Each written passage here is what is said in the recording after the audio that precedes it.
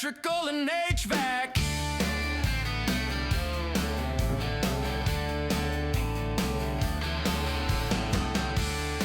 Welcome back to episode 5 of the Bold, White, and Blue podcast. You ready to get started today? Let's do it. Let's jump back in. All right, we got a good one. Good week this week. A lot of moving parts. What you want to talk about today, Josh? I want to kind of follow up off of last episode. So keep it going, but let's make it a little more actionable for people. So if you missed last episode... Just more real, like actual stuff that's happening inside the business today. Exactly. And stuff that we do in our personal lives and things people can actually apply if they're saying, hey, y'all talked about a lot of good stuff, but how? Yeah. Or what do I need to do? So that's what I think we should go into today. Let's do it. So I've got a lot of stuff to talk about. Let's jump into the beginning of people's day. So that's kind of a buzzy thing, is people love to hear about other people's morning routines. Like you listen to Andrew Huberman. I don't know if you know him. He's like a neuroscientist professor type, and his podcast That's in your is wheelhouse huge. There. That's in your wheelhouse. That's not me. But that's one of his things is like routine. Optimizing your morning routine and evening routine and everything like that. So I think it's a part of anybody's successful routine. I don't know very many successful people that don't have a pretty good routine, morning routine. And the more you read, and your morning can be 5 in the morning or it can be 8 in the morning. Yeah. But you need to have a good start to your day. Right.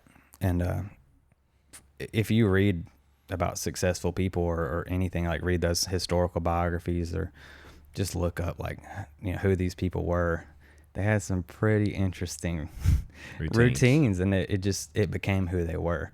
So I figured that's where we can jump in. A bunch of guys that go to the gym and work out at 5 in the morning. I think you're one of those guys, that I am, yes, have sir. no problem going out and working out. That could not be my routine. Mm-hmm. I did it in high school. I did a little bit as a young man, but I quickly found out that working out for me had to be when I got off work. So it was just an extension of my day. Mm-hmm. When I used to build houses, I'd come in, I'd still have jeans on, work boots, whatever I was wearing. I did not go through my garage without hitting the squat rack or bench press or whatever I was doing for the day. I didn't make it fancy. I didn't get dressed up. I didn't do anything, but I just made it part of my work day.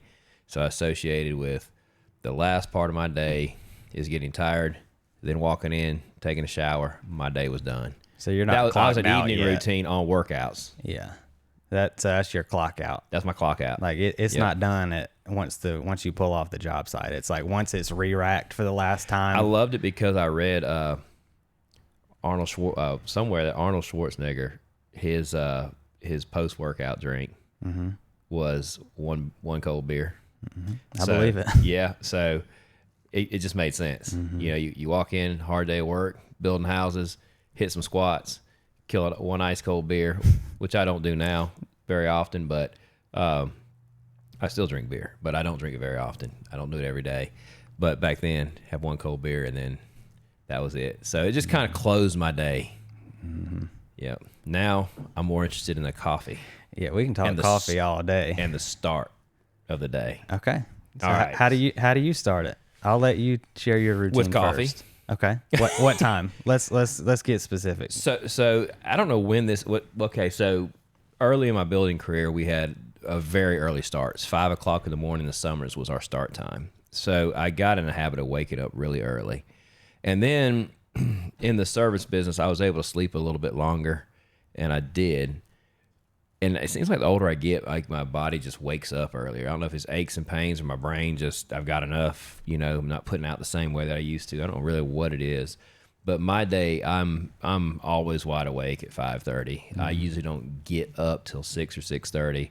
I have the luxury of having a wife that is very diligent and walks in there and turns on the coffee pot at 6 o'clock in the morning, and it's sitting there waiting for me. So I always joke that I get up and I take my shower and I walk out, and somehow there's an ice water and a coffee sitting on my recliner, just waiting for you. It's always just there waiting. That's nice. Yeah, but that's my get up and go. Okay. Not a big breakfast guy, believe it or not. Because we started so early building houses, I think your biological clock kind of starts when you're young. So mine was always a honey bun and a Mountain Dew at 10 o'clock in the morning. I see where David gets it from. Yeah. So that was like 10 o'clock. That was cookie break. So you hit the gas station, cup of coffee, you get after it, and you have your 9 o'clock, 10 o'clock break. We called it cookie break. Hit the gas station again, honey bun, Mountain Dew, and you stayed absolutely phenomenal shape, building houses, framing houses all day long. Age probably played into that. But no, even the older guys were just absolutely great shape as far as physically. Probably the insides are rough, but, you know, so I got in a habit, and then I had a big lunch and big dinner. You're hungry by the time you get home. That dinner, I think, as much as I ate at lunch and dinner, I think that just kind of played into morning, and I just was still had enough food. Yeah. So you say you get up at 5:30 and don't really get up and go until 6. Yeah. Is it a reach for the phone? Like, how fast are you doing stuff where it's like, I'm reaching for a phone, I'm trying to start doing that kind of stuff? Yeah, I hear you. So my evenings are pretty important for setting the stage the next day. I don't like to react first thing in the morning. It just sends your adrenaline up through the roof, and it just starts the day in a kind of a frantic mode. One of the things that I've implemented, I don't know if you know, if our viewers know, but one of our great employees, Shane, was our ops manager. He went on to do something different with his life. So, you know, I'm back in ops now. So I'm the operations manager again for a short time until that position matures or we bring in somebody else. But one of the things that I like to do is look at the schedule of the company the night before while I'm still in work mode. I think that goes back to my old habit of going hard and putting it up at the end of the day. So now I go in and I look at every single job of the day. I make notes on every single technician. Do you want me to let's get into that. So if you're a business owner or in management, it's very crucial that you actually manage. And I think sometimes you think, you know, I just have to work super hard because I'm a manager. So you get that management position, or you become an owner of your own business, and all of a sudden you're like, man, it seems like I'm working harder than ever. The money just really isn't worth it. Then you're probably managing incorrectly. You know, I tell my guys, I gave them this the other day. I said, if you call me, you're welcome to call me any time of the day, as many times as you need. But when you call me, I want to know what resources you use to find the answer. Did you call customer support? Did you utilize AI? Did you look at the manuals? And what are your solutions? After I waste about 10 minutes of your time with those things, then I'll give you the answer. So I think as a manager, it's very important that you learn not to give the answer immediately. Yeah. Because if not, you're going to do all the jobs, even if you're just doing it through a phone. I can't tell you how empty I felt, and I'm sure Shane relates to this, is it seems like you're hanging up the phone and answering, and all you do is deal with problems, and you felt like you literally mentally worked on every single job. In this company, we'll do anywhere from 20 to 30 jobs a day. No man can keep his mind and be sane and organized and balanced, all the things we talked about in the previous episodes, and do 30 jobs. So we're setting that expectation in our employees that call me all you want to. If you need an attaboy or you want to tell me how good you do, send me a picture, send me a text. I'll respond later in the evening or when I can. But respect my time. I'm going to respect yours, but I've hired you for a reason. You are a professional. If I'm confident enough to send you out to stand in someone's home and work on their systems, then I have a confidence in you that you need to respect, you need to uphold, you need to deliver on, right? Now, I understand. And I tell them, I say, guys, when you guys call me with some of these complex issues, do you think I'll just sit around here and know all the answers? Or do you think I just have to go find them sometimes? Somebody's got to go find and dig. So I'm getting off the point here a little bit, but you know, that's one of the expectations that we set. So what I do is I go back and I review all the jobs. You know, do you have pictures? Do you have notes on the problem? Did you receive a 5-star review for your customer service? Do you have multiple estimates in there for a good, better, best option for these people? Which we can cover that in another episode. Very, very, very critical component to business and taking care of your customer. And did you dispatch and arrive correctly so that we can actually manage your progress through the day and you can help out your other side of the team, which is the back office people. This is your dispatchers, your CSRs. So once I do those, I'm gonna give a little tip to managers right here real quick. If you relate to this, I'm gonna make your job where you can do that for the night, the day of, and the next day in 20 minutes for a $5 to $10 million company in the service business. ChatGPT. Here's how I do it. This is meat and potato stuff. Pull up the job. A lot of times I have Trina do it. I just said, pull up this job. So you go to your dispatch board or however you manage your company, and you click on the job, and you just talk to ChatGPT. You say, oh, so-and-so, 5-star reviews, no pictures, no notes, multiple estimates, low ticket cost, and you go through his day. You just talk to ChatGPT. Don't ever click off. Go to the next technician, so on and so forth.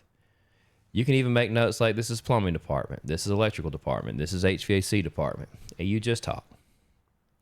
Because that's the hard part, is looking at each job and then having to record that, put that in notes that are, constructive to build your team or to take disciplinary action on if it's just being refused to do the process.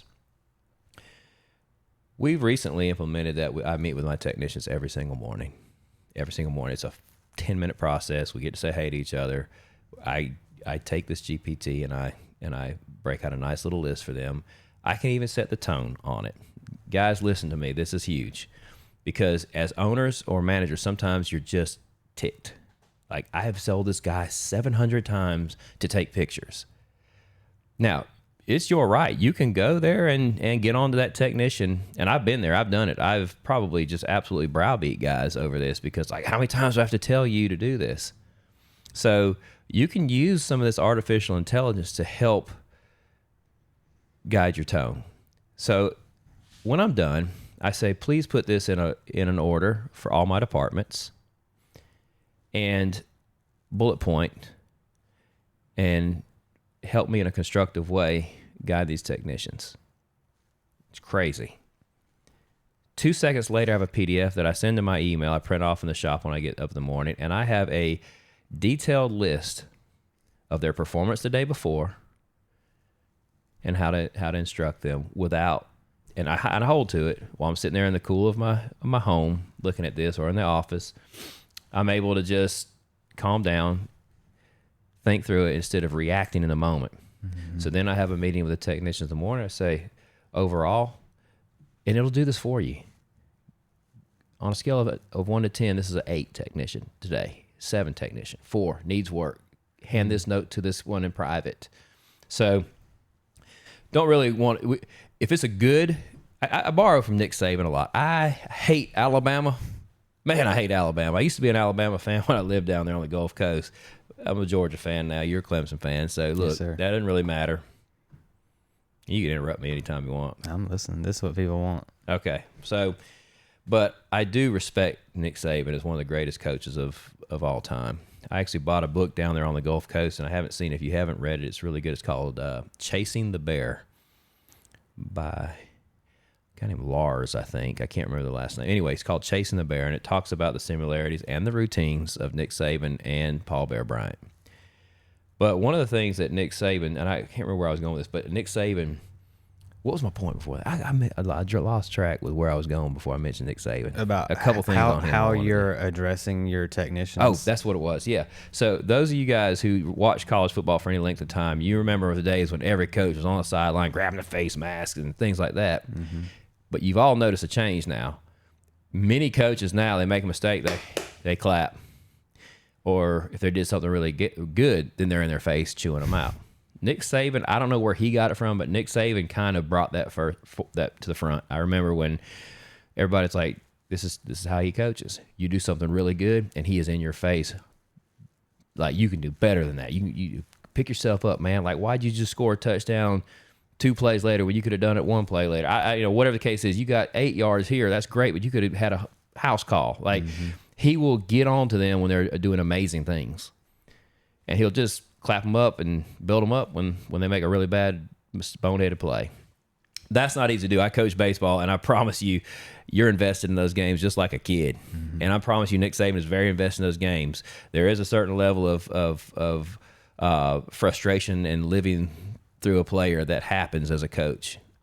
You can argue that you're blue in the face, but you're in the trenches just there with them. You want to win. They want to win. You've invested a lot of time. They've invested a lot of time. You all want the same goal. But Nick Saban had that about him. He didn't. So we have the same culture. We try to do it. I'm not perfect with it, but if you're doing good, that's when I'm going to try to coach you in our company. Like, you're an 8 out of 10, and a couple little things, you're a 10 out of 10, and you're eligible for our year of the end awards and a plaque on the wall. Like, Shane's going to go in the Hall of Fame here. Man's a beast. I mean, just an amazing employee, very loyal employee, treated like a business owner, and a hard worker. So, and that's what we want for all our guys. We want them to win those awards in the year, that recognition. And when we give an award here, we buy 2. We buy one for our wall and one for their home, because they have offices too. They have families, they have friends that I don't know, and they need to have that where other people can see it that are important to them. And I like doing that. So anyway, you get those lists from ChatGPT, and then you're able to just, you literally spent probably 10 minutes on 30 jobs, maybe 15 minutes, 20 tops, and you have this beautiful PDF that you sit there and quickly brief your guys. If they need to be pulled into the office quietly, you close the meeting up and you just walk by their trucks and say, hey, this is what we got. They know you're watching. They know you care. And they're like, man, this guy, like, what's he doing, man? He's just on me. Well, systems that, just like I'd coach them, you better find answers. You better use technology to your advantage now, or you're going to be left behind. And I'm going to say this now. If you're a technician or a business owner that is not using AI, you will be obsolete. Your business will be suffering tremendously 6 months from now. And I believe that, if not sooner. It's happening at the speed of light. Yeah. So, we can feel so smart for being able to do these things. There's guys, we wrote a computer program. Tell about that computer program you wrote. Yeah, that was pretty cool. I am not a programmer at all, 0%. But we were going through, it was a part of our geo-targeting effort. And it can be a lot more difficult initially when you just look at it and you don't really know how to get to the end. And that's what I was running into. So what we were trying to do, without giving too much away, is figure out what neighborhoods have we worked in. Like, where, and you'd think that would be pretty easy to figure out through Service Titan or any other service program that people are using, but it's not. You can get their address. Got their addresses, but you don't necessarily have the neighborhood. You don't know exactly what neighborhood that comes from. Yeah.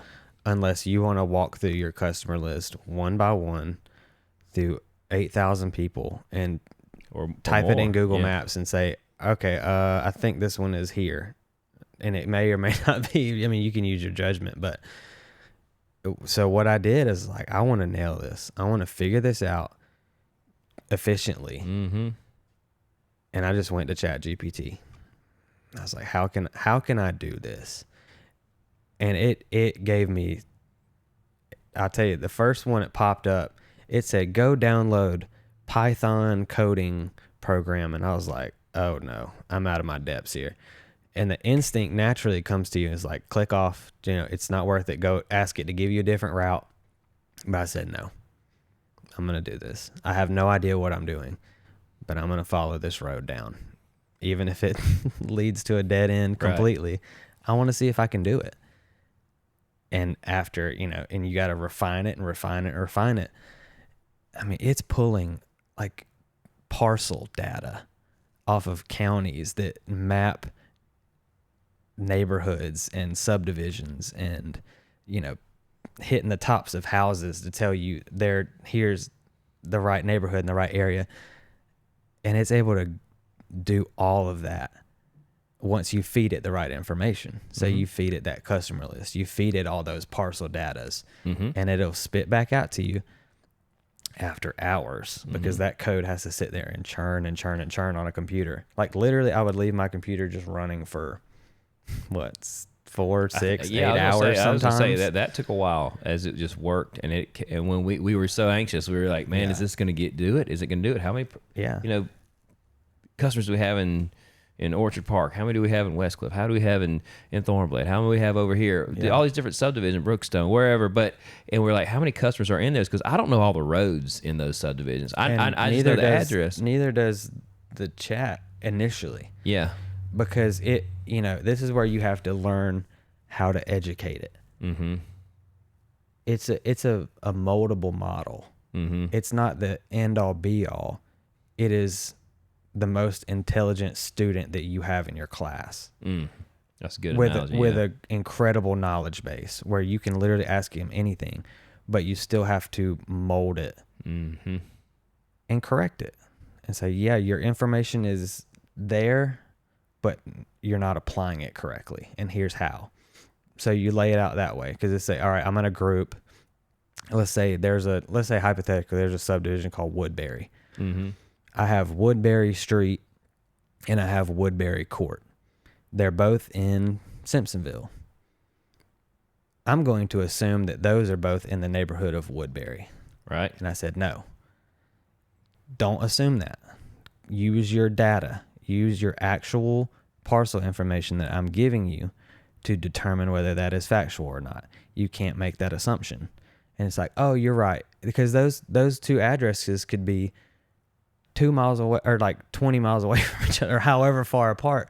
And it's going to assume they're grouped together because the name's the same. But yeah, it was just an educating process. And eventually, after trial and trial and trial of it, it finally gave us a full master list that was seemingly correct. And that was so cool the day that it came on. Oh, so exciting. And it just said, there they are. There they are. You have 34 customers in this one, or 2 customers in one. You should have 100 customers in. It was like, it was not all, great information. You had market dominance in some, and you had none in some that you should have, So anyway, hey, I hope you guys enjoy this stuff. We're really throwing out some meat and potatoes, I know. And people tell me all the time, like, why do you tell everybody what you do? I said, because I think at my core, I am a teacher. I enjoy sharing things because it's so hard to get information from people. I remember back when I was young, you had to offer yourself as an apprentice almost to get information. So just to get the job, hey, can I work for you? I'll work for you for free. Maybe high school or during high school, I'll work for you for free if I can just learn the trade or how to build something or how to do, whatever it was you want to do. I remember doing that for a construction company, for a lawnmower company. Ultimately, they paid me, but that was kind of the mentality. Like, you had to really sacrifice yourself to get information. And I don't do that. I hand it out pretty freely, to my demise sometimes. And I think I can't remember how many business owners we counted the other day when I said guys that I worked for me that became business owners. And I think that's just the natural progression, and a lot of business owners probably feel that. But going back, man, to the morning routine. So there's that part. That's that evening. And that morning, I sit down first thing and I look at all the jobs again on the schedule. And this is the most important part of my morning. Okay, as far as business goes, and I'm going to keep it to business, okay? Because, I'm hoping that everybody starts their morning with, a thought towards God, a prayer, and things to make sure your family's okay. And I enjoy having a cup of coffee and having 10 minutes with my wife. So I'm not going to bog down in those details. Your slow wake up process. But as far as actually starting the business day, I review all the jobs again. And this is where Trina also reviews the jobs, because she is the dispatcher. And this is very interested in this. So this is a little bit of time that you spend for me as my wife, but we spend time together doing even in the family business.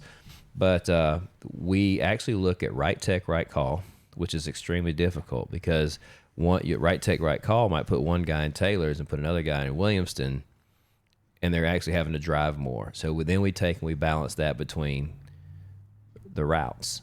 We can generally play with the routes and shave 45 minutes. The average is 30 to 45 minutes. We have shaved up to an hour off of technicians' routes by putting them in the right order. So we organize the route. We organize the right tech, right call. We make sure that we have openings for emergency calls in each division. Sometimes we're not able to deliver because there's more emergencies than we have openings, but we think about all those things. So that way, when the trucks roll in the morning and they dispatch out, it's maximum efficiency and maximum yield for each truck. We know that we're not going to get blown up with a bunch of calls and an angry customer, because we have the right guys going the right calls to the best of our ability. Sometimes you have to tell the customer, look, I'm going to send a young technician out there. If it's something more complicated, we're going to have to send a backup truck. Whatever the case is, long as they're in the know, they're just glad somebody's coming out immediately. Try to be as efficient as we can there. So that's that part of the morning. We meet at the shop at 8 o'clock sharp. And then I go into the technicians and I look and say, how are you? And, you know, I mean, this morning I've been talking to you, you know, I say, are you okay today? You had some things going on. You're like, man, it's been one of the mornings, one of those weeks, or whatever the case was. And you know, just chance to talk to each other, have our coffee and think about things, and then go right into appearance. So there's a scripture in the Bible, and I cover this topic a lot because I've lived. And one of it says that it's not for kings to drink wine. Okay, now business owners, you're not a king. I'm not a king by a long shot. We're not any. We're just glorified self-employed guys. But you have a responsibility to your families, and you have a responsibility to your employees. They get to do some things that you don't get to do. You know, what you do with your life and your leisure is your business. But if it leaves you tired, it leaves you drained, if it leaves you unfocused, if you're not able to plan your day correctly and the day of everybody who's under you, you've got to leave it alone. You know, so I find myself drinking a lot more water, a lot more coffee, a lot more sweet tea, and a lot less of other things. You know, and I cover that topic a lot because it destroys a lot of lives and a lot of homes, a lot of families, you know. So I'm going to throw that in there a lot on this podcast because it affects more Americans and more people than you think. And I just want to be a bit of a spokesperson against it. My mom is the biggest spokesperson against it. Like she does not even agree with me having a beer ever. She is teetotaler, you know. So is my dad. But anyway, so it's very important that you're crisp in the morning and energetic. If you're a leader, you do not have the luxury of coming in and being tired. If you are, you better fake it. You cannot do that. You've got to be energetic. You've got another day. You've got to pass that energy. You've got to hold technicians' feet to the fire. You cannot make excuses or concessions for them because it's easier and you want a friend. Those things have to be gone. You are their friend, but you're a good friend because you're going to teach them the right way. You're going to take young men and change their lives forever, for the rest of their life. They're going to make a lot more money. Their families are going to be a lot more better taken care of. Start looking at it like that instead of just getting through the day. So every day matters. We really made a big focus on pants. Well, you guys, you know, a plumber or a technician comes to you and he's got, you know, glue stains on his pants. You're probably not thinking too much about that. You're like, he's working on my air conditioner, he's plumbing, it's going to happen, and it does. But do you provide jumpsuits for those guys? If you do, then why are their pants dirty? You know, do you give them the proper equipment and tools to not present themselves that way? And I get it, things happen. It came to a point where I said, here's the deal, guys. You show up with dirty pants, you stop by Walmart and buy your own. I give you 14 pairs of pants to stay clean, and you can turn them at any given time to keep clean pants. Now, one technician came in this morning. He came around the corner. He says, hey, the uniform company, I tagged all my pants for replacement, and they only left me these, and they're all dirty. What do you want me to do? I was like, well, that's fair enough. Like, you've done your part. You understand. You have a conscience against this. So here we go. Yeah. So then we literally sit and we evaluate the appearance. Are you prepared for a truck? Then we evaluate the truck appearance. You know, you have brake dust all over the front tires. Please, guys, don't evaluate my trucks for me because sometimes they do. But I will tell them if it's not really cold outside. You know, I don't want a technician having to ice wash a truck. You know, so I'll generally let them come in later in the afternoon or try to work it in their own time just to hose it off. You know, they're not restricted with the company card to take care of the truck and to help maintain the truck. We do have an in-house, a mobile mechanic that comes every Tuesday. But the truck is the next thing. Do you have stuff thrown all over your dash? Have you wiped it down? You know, does it stink? You know, we can be plumbers, but it doesn't have to stink. You know, most plumbing is actually pretty clinical and clean. We do a lot of gas piping, tankless water heaters. We do lots of types of plumbing, ice maker lines, med gas. Compressed air. So you do lots of things that has nothing to do with what you typically think of a plumber, right? It's all sewage. We do, a quarter or eighth of the work that we do relates to sewage. So, that helps. So anyway, so that's my morning routine is pretty much running through the checklist and being consistent about it. Okay. Awesome. You want to tell about yours? Sure. Yeah. All right. Ours is definitely different. Okay. And I know we're in different positions, so I don't have to, go review jobs like that and do those things. So mine is going to sound a lot more selfish than that. And that is very important that you have selfish time. Yeah. I didn't get into that. I have my selfish time in the morning too, but Okay. I think my listeners from me want to hear more about maybe how I structure the business. So, Yeah. but, Yeah. yeah. So I get up either 4:30 or 4:40. That's when I get See, started. that's not selfish to me. That's crazy. But now I love it. Yeah. And take this from me. I am not a morning person. Can't tell. I am not. But my alarm goes off. Yeah. I might lay there for 5 or 10 minutes on a day that's like that. But I get up. I'm like, all right, let's do this. Let's get rolling. So I get up. This morning I added one back in. I added that cold shower back into my routine. Boom. It's wonderful. That is a good one to throw in there once in a while. Wonderful. Yeah. Because I was doing it pretty consistently, and then it just, those things, they just stop. Yeah, it hurts. You don't want to it do it. sucks. You don't want to factor it in. Right. And so it kind of slipped off, and I was like, you know what? Today's the day. Let's get Today's a back. cold Let's shower get day. back on it. Yeah. And it really does something for you. And I think it's, there's a lot of scientific literature on. They're now saying like disproving a lot of the benefits for it. Whatever, that's fine. One benefit I can tell you you're not going to disprove is the psychological impact and benefit. If Hey, it doesn't tough enough to affect hit me, that water, I'm tough enough to do anything today. if it doesn't help me physically like we were thinking it was, okay. Okay, so I have a question on that. Yeah. The first real cold snap, long cold snap, one that chills the meter boxes outside. Yeah. I'm gonna call you and say, "Hey, man, you gonna do an ice shower today?" The water's colder. It's way colder. Today it was colder. Yeah, Because when I was on them last, I think it was summertime. yeah. So it was still hot. You turn it all the way cold, and you could literally like crank it all the way cold, and you're like, okay, I can still do this. On a technical term, that's called the ambient water temperature. There we go. There you go. Learn something new. Yep, and it controls the delta T.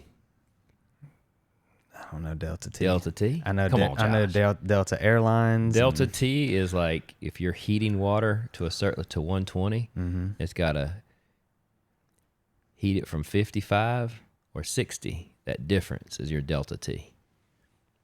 Okay. So can I ask you a question about that? Sure. This is totally random, but Yep.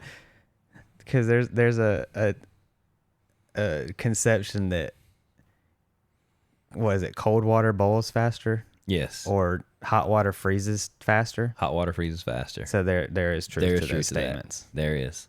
It's the Delta T. It's the delta T. All right. Well, Nah, I don't know. I don't know if it is or not. No, delta T deals with something differently. Okay. No, I don't know the scientific answer as to why that is. Okay. Maybe somebody else can. I think I've read about it before, and I'm trying to remember what that was.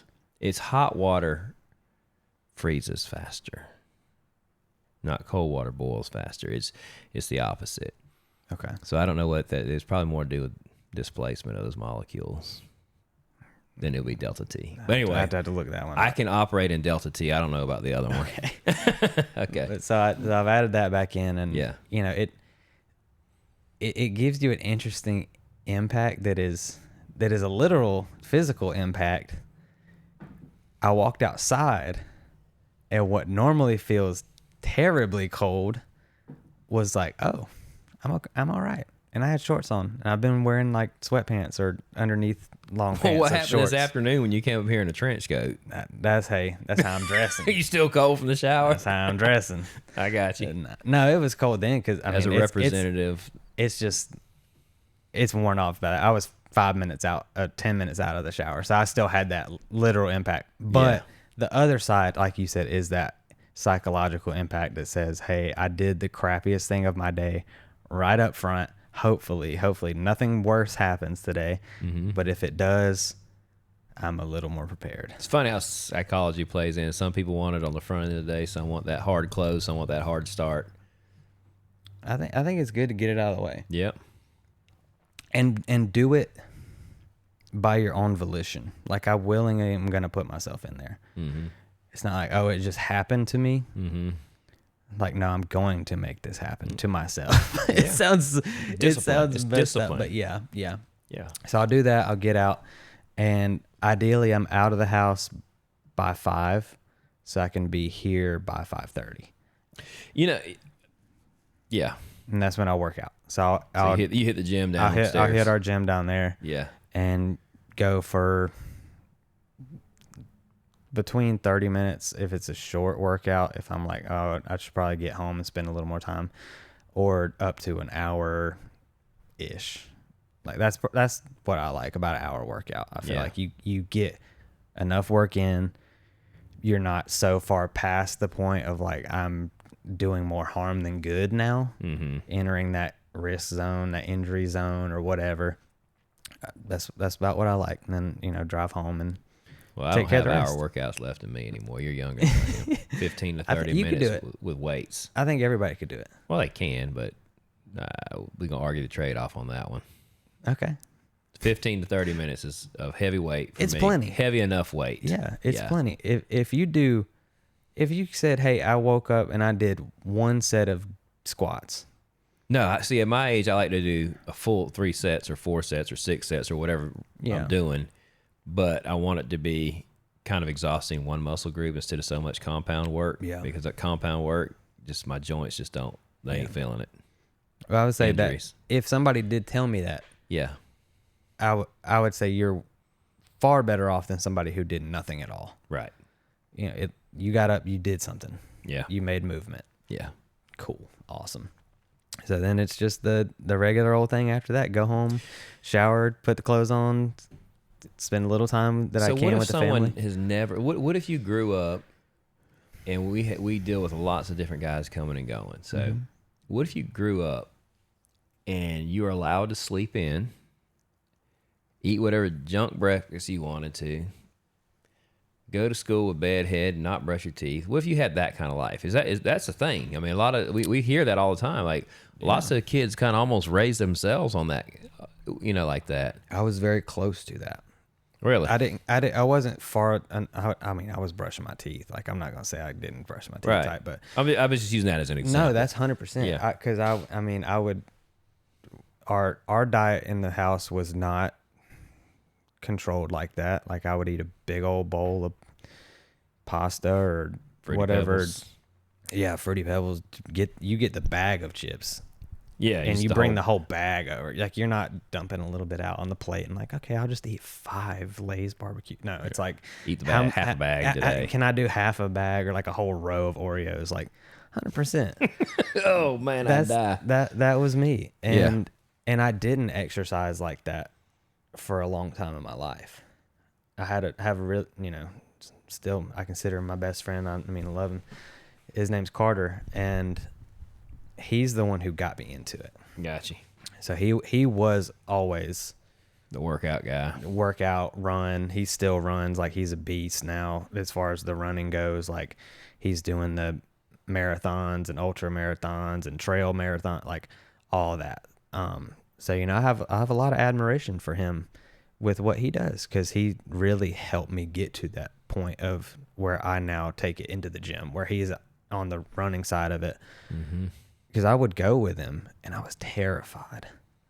I did not want to go into the gym. It's a scary place when it's like your first time. Oh, your first time, you didn't know what all the machines were, Oh, and everybody's no. watching you lift. And in your mind, you're like, everybody's looking at this little scrawny wimp who can't lift anything but 10 pounds or whatever, and doesn't know what kind of form he's doing. He's going to go onto that machine over there and be on it upside down. The Like, machine what are you guy, working yeah. at? Yeah, I'm working out my legs on an arm machine or something stupid.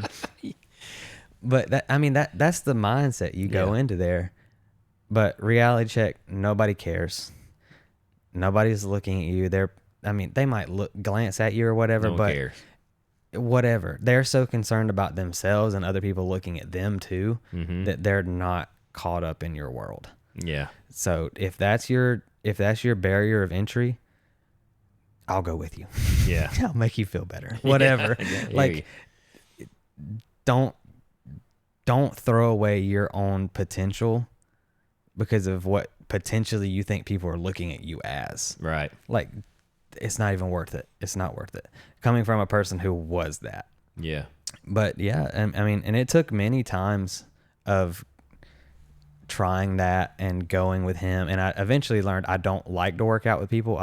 I'm a just me in my headphones alone. I don't like workout partners, or please don't give me a personal trainer or a coach or anything. Like, it's just not my style. And there are people who need that, but it's just not me, and I've learned that. But Yeah, yeah, I mean, it took a while It does to add it on. And So need let's to let's dive a little deeper in though to people who like you say yourself that never had a routine. mm-hmm. How do you start a morning routine? I want to get into that a little bit. Okay, yeah. You want me to give you my number one Sure. answer? It starts the night before. Mm-hmm. Go to bed at a reasonable hour. Bingo. I think the key to that is Bedtime. You set your alarm for your alarm for bedtime is almost more important than your alarm for when you wake up, because your body is naturally only going to let you probably sleep 8 hours. I want to make a point on that for routine. People who want to change their routine, do it slow. Your body, your don't body kill can't yourself. react. Like, don't say, I've always woke up at 11, but now I got this new job, so I want to really be ultra prepared. I'm gonna get up at 5. That's a lot. back it up slowly. Back it up to where you have to get up, and then start hating that you don't have time to do things for yourself now, and say, to get that time, to steal that time back, and to be more prepared, I'm going to incrementally back this up and use the time change to help, right? Yes. Time changes help. And make it a game. And what I mean by that is I talk about him every episode. Jocko, one of his things is he calls it up before the enemy. And this is a fun way to make this concept implemented in your life. So let's say now you wake up at 11, like you said. Mm-hmm. Wake up at 9 or 8. You know, I still feel like that's a very reasonable hour. Yeah, that I would gives you feel like plenty I of slept sleep. for eternity if I slept to that time, but okay. Start it there and say, make it in your mind or write it on a whiteboard or something. Say, the enemy wakes at 9. Wake up before the enemy. That's a good point. And set that and just say, all right, if I get up at 8:59, I still won. That's okay. That's going to be the way you're going to approach that for a while. And that's fine. You still won. Great. Because I did this every, I think, week and a half or week, however long, maybe a week and a half, 2 weeks, make your adjustment and push it back. You can push it back 30 minutes. If you're waking up at 9, push it back 30 minutes. Go.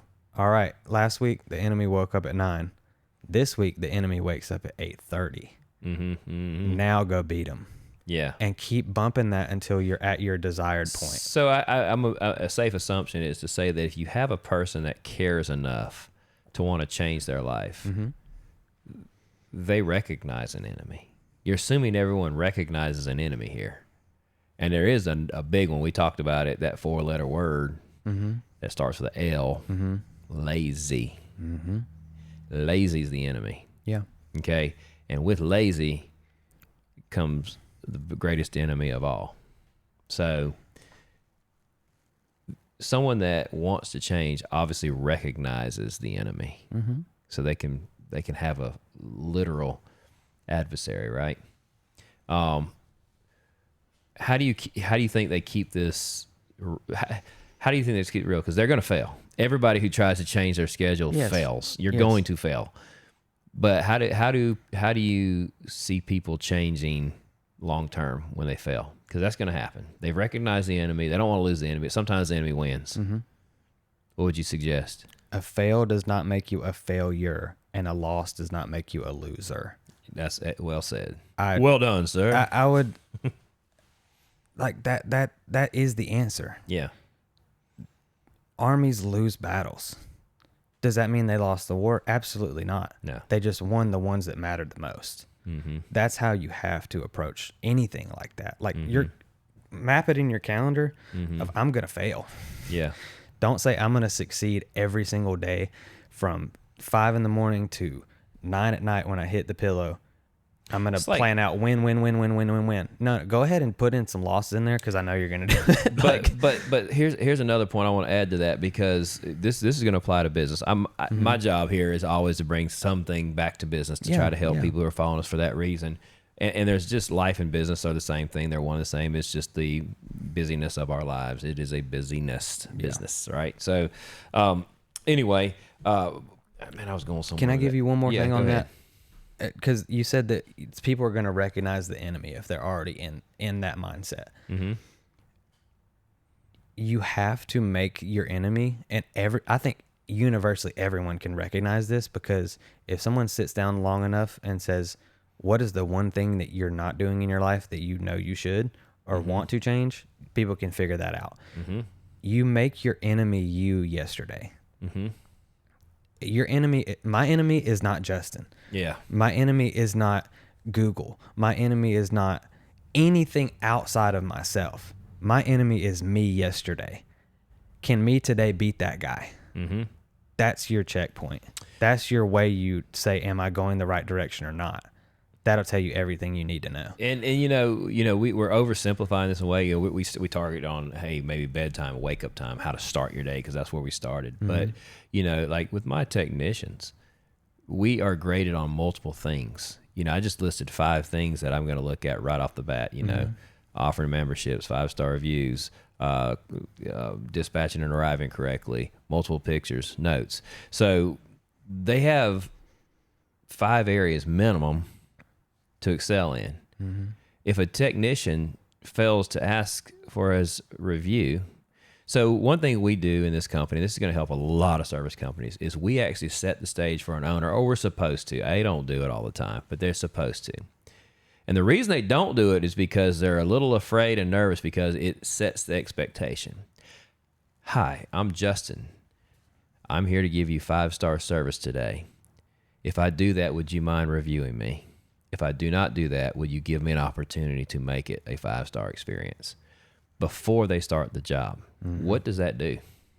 Like you said, it sets the stage. It says my expectation is now being given a 5-star. And it also makes them, and the customer expects now 5-star service. Yeah. And so when you're under that house and it's going wrong and it's spider crickets jumping on you and there's spider webs you're crawling through, and it was a rougher job than you expected, you've already said you're there to give them 5-star service. Yeah. So you're not going back up, and you're not changing prices unless there was more to the scope of work. You're not doing anything just because your job got hard. You're just smiling and bearing it and giving that 5-star service, right? Yeah. And not screaming out curse words in the crawl You know, space we had because a- they we- can hear you. And we had a anything like customer that. call our office and give us a great review, because it was a job where we were pulling all the insulation out from under a house, really dirty, nasty job in the middle of summer. And they said that the one thing that impressed them most about the company was how good it looked at the end. Nah, I'm just kidding. It wasn't. It wasn't that. It was, they didn't even care about the work. Yeah. It was a nice job. But what they cared about was they heard the conversation between the guys. They said they weren't cussing at each other. They were laughing and having a good time. And they were like, man, who goes under a crawl space in these conditions and doesn't curse? And they were so impressed by that. Yeah. But see, that's a mentality and that's an exercise. And I'm going to go back because we're kind of getting all over the place here. But one of the things with a technician, he asked for that 5-star review. Let's say he doesn't get the 5-star review, or he doesn't set the stage for that, and he leaves that off. And he realizes that halfway through his job, he's like, man, I didn't set the stage for a 5-star review. And then he says, man, and he's like, okay, then I'm going to just go ahead and knock this project out and leave. He just made himself a 5 times loser. He didn't do multiple estimates. He didn't take pictures. He didn't make his notes. He didn't ask them to be a member, all because he messed up on one thing. Mm-hmm. My point with that is that with one mess up in your schedule, that doesn't define you. Mm-hmm. Like, a technician can still be an 8, which is a very hard number to hit. 10 is perfect. He can be an 8, which means he still messed up twice on a job or in the course of a day in his evaluation period. So my point on that is like, have multiple areas that you're gauging yourself. If you're really trying to affect a change in your life, yes, you can start with one thing. That's great. Get up on time. And that's where you start. then believe it or not, in today's time, we're teaching hygiene. The parenting has gotten so bad over so long now that we'll cover hygiene. It's get up, take a shower, wash your face, brush your teeth, comb your hair, same way our moms told us or should have told us. And we actually talk about that. Mm-hmm. How you look when you come into the job. Have you been here since we've had people show up in holy jeans and sweatpants and things to apply for jobs or not? I haven't seen a lot of technician interviews since I've been here. Okay. And the ones I have seen, they've worked out for us. So. Gotcha. Yeah, we've had them come in, and it's just like, I can't even entertain you now, man. Like, I can't. I've got so far to go. Even if you're the most brilliant guy in the world, I've got to now change the basic things in you before you can work here. Yeah. And that's sad. So, as parents, just a reminder, like those little things that we think are just so annoying and just like it's easier to just ignore in a kid. Yeah. Fight with them because it's going to affect their life forever. So you start out, you get your hygiene, you get your bedtime right, and then you get your work ethic. We can talk about that another day on the job itself, your training, all those things. And then you start to gauge yourself multiple ways and you reflect at the end of the day and you say, hey, I don't. You'll get to where you don't feel good. I don't know why I don't feel good. I feel off today. I just don't feel good. Well, there's just those holes in your life where you just coasted. Mm-hmm. You just went with the flow. And take charge people just can't afford to go with the flow. Yeah. You create your own direction.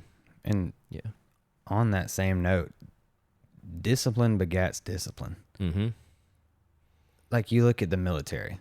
They're not telling them, hey, you need to do hospital corners, no wrinkle, bounce a quarter off your bed sheets. So we can win a war. Or I want you to have your boots shine this way. Right. They're not telling them that. So when they're in the firefight with the enemy, that the enemy looks down at their shoe, says, oh man, nice. Yeah. That doesn't. And they don't believe that they're going to win the war because they had the corners tucked or correctly. The enemy comes in and invades their barracks and says, oh, look good in here. And then they turn around and drop their weapons and walk out. That's not at all why they do that. Mm-hmm. It's because if you're disciplined here in these small things, that teaches you how to apply it to bigger and bigger and bigger. It's that reverse funnel. Yep. Marketing, you got funnel this way, but it's like you start small and it widens as you go down. Yeah. So if somebody in the wants details, that, we hear those phrases like that. Yeah. If somebody wants to build it, don't try to tackle the biggest dragon in your life immediately. Like you have to learn that skill before you're able to take that on. Because I tell the technicians all the time, your truck is dirty, your uniform is dirty, you rolled out of bed and made it on time, you cannot be an excellent technician. It's impossible. You come in and you've been drinking the night before, you cannot be a good technician. You cannot do it. Because winning starts small.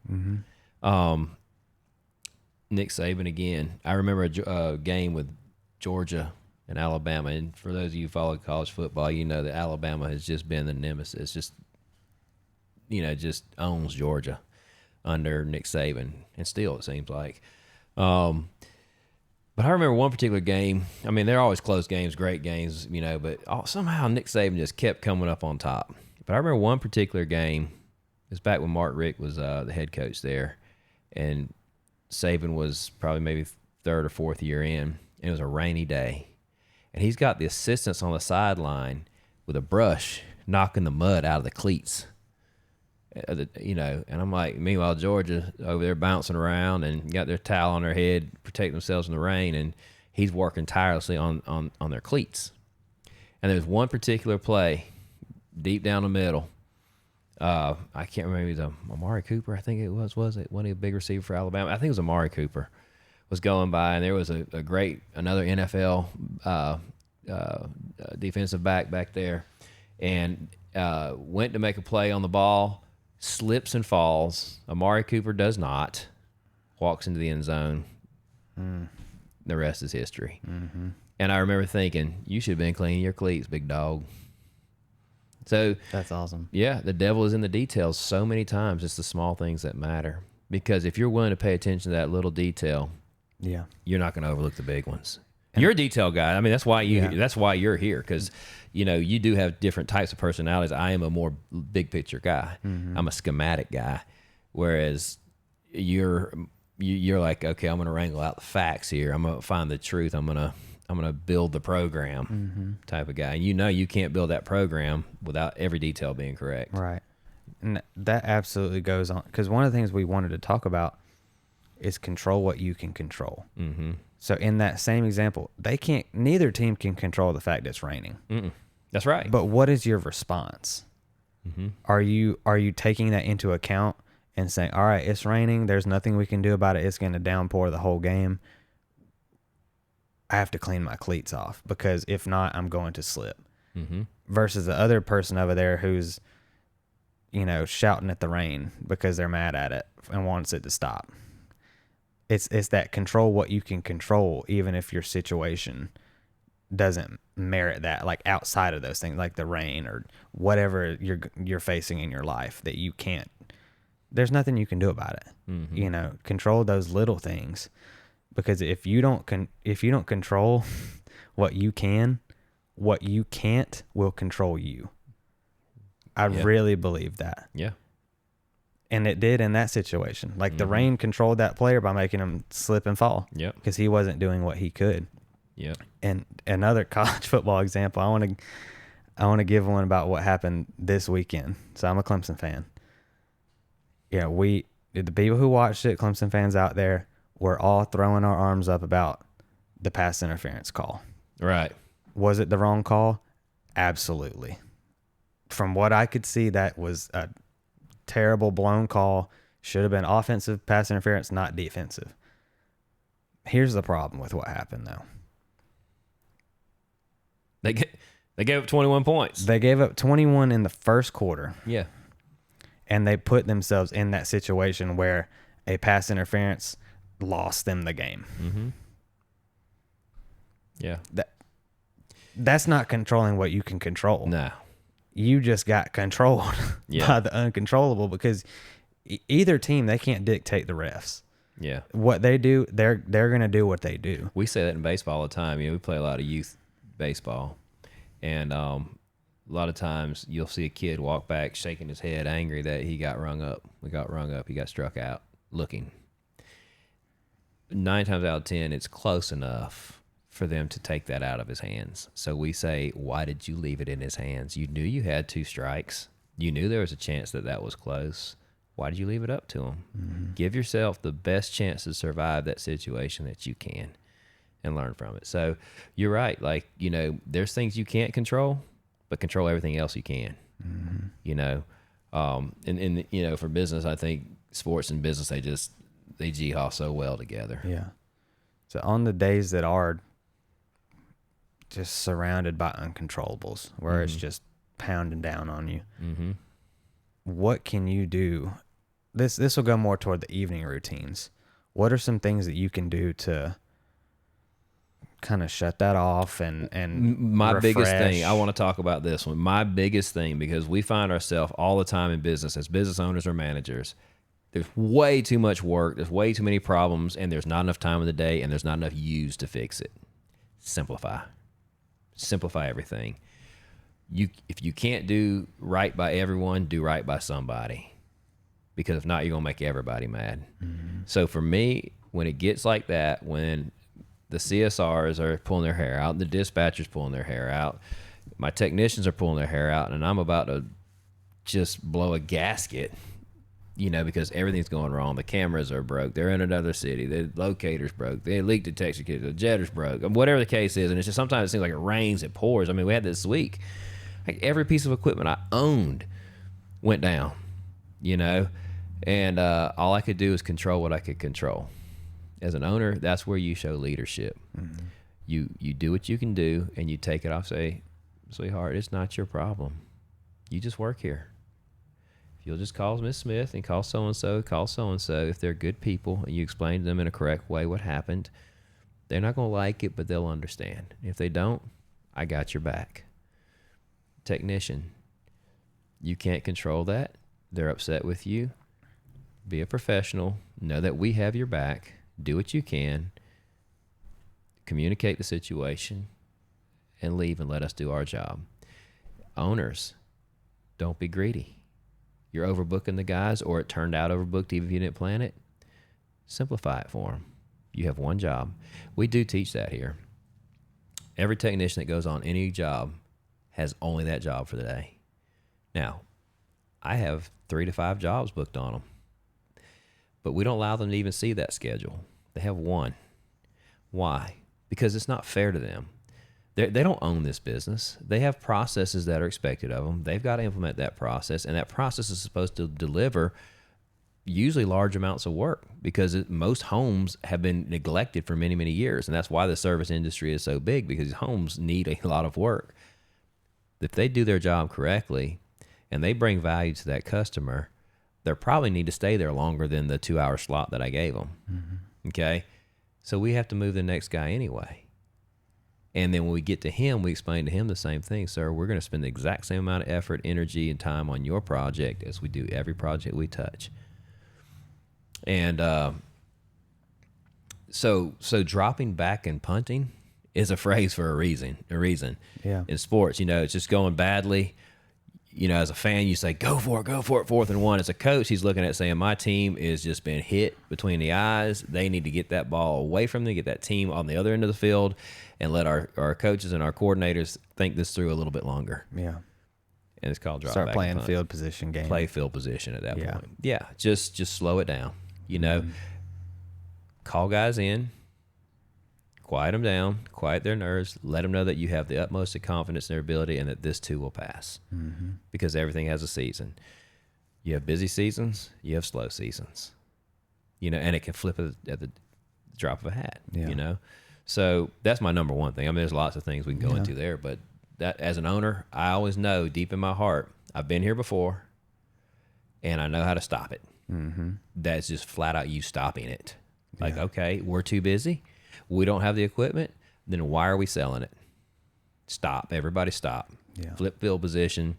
Let's take the jetter down, get it fixed, get the new camera back over here, send the other cameras off. Mm-hmm. Take one dream job instead of 5. Call them back. Call in your competitors. Give them a job. Whatever. Take care of the customer first. It's that simple. Yeah. You're like, well, what if this? And why are you going to give this to the competitor? Why all these different things? Because you couldn't control it. They want a battle. Whatever. But you're not going to do that customer service. And you're not going to have them anyway if you do bad work or you deceive them. So simplifying things, that's where a code of ethics and morals really comes into play in your business. I was just talking to my brother today, and I was telling him, like, a lot of companies are terrified of this AI and how much is this worth and how much is that worth. And I said they shouldn't be terrified by it if they were doing right by people to begin with. Mm-hmm. We don't apologize for our pricing. Some people call and say, you're way too high. You're out of your mind. It doesn't bother me. We're not too high. We just are too high for them at that time because we know our numbers. Transparency only is your friend if you're honest anyway. Mm-hmm. Someone knowing what it costs to set a toilet or knowing what it costs to clear a drain does not matter to this company. I mean, we've entertained putting it on our website, except for that we're just helping our competitors a little too much at that point. But we don't mind showing or charging what we charge. Mm-hmm. And so that's where, some of this AI and stuff is going to challenge you as a business owner to know your code of ethics.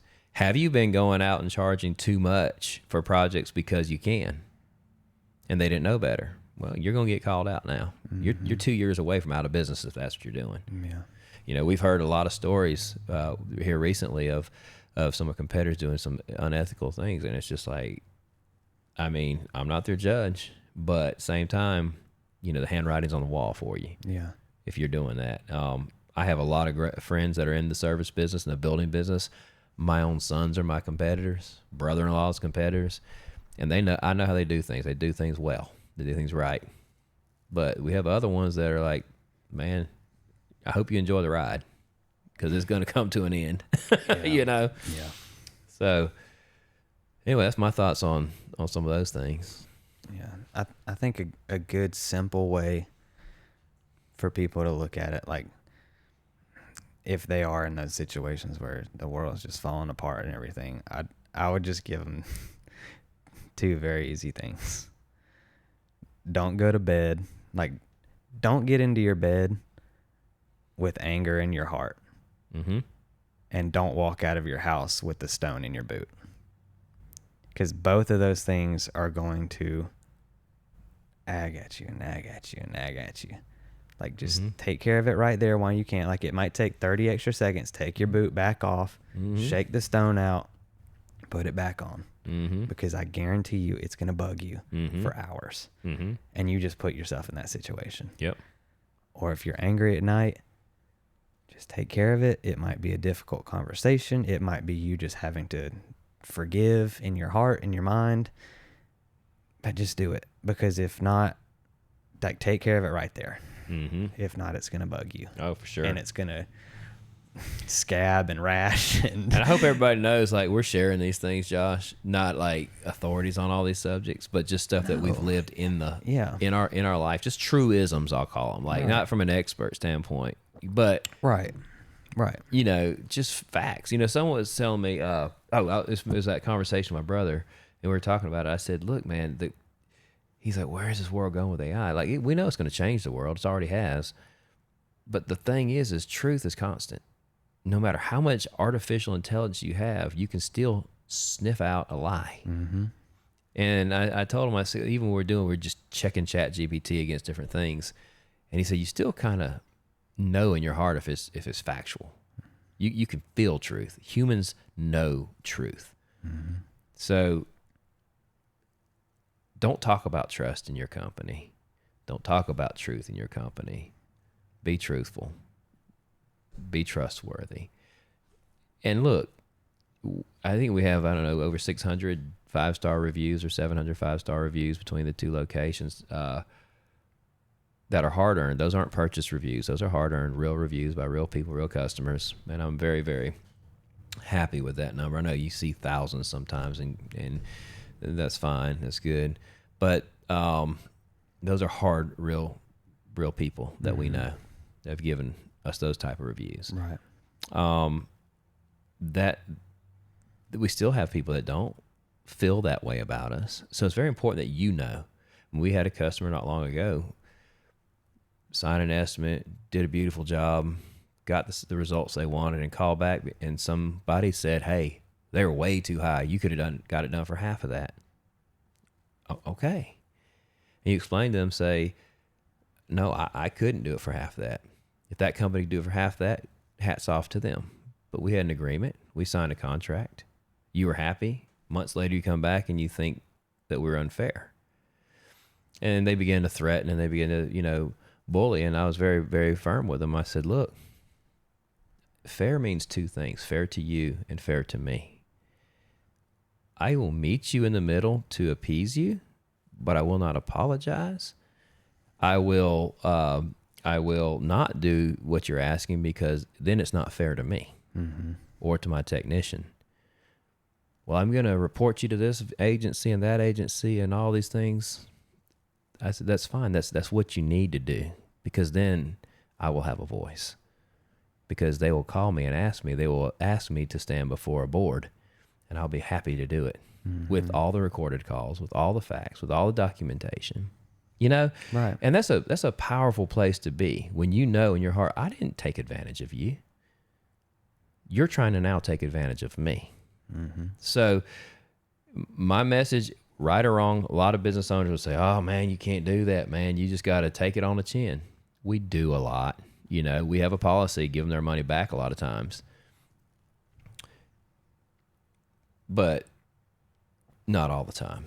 Because there is fairness and equity that applies to my technicians. They apply to us. Right. So fair is fair to you and fair to me. Right. So real important that you know what your company stands for today. If you don't, take the next month, if it takes you a month to find it out. I mean, we spent years wrestling with our messaging.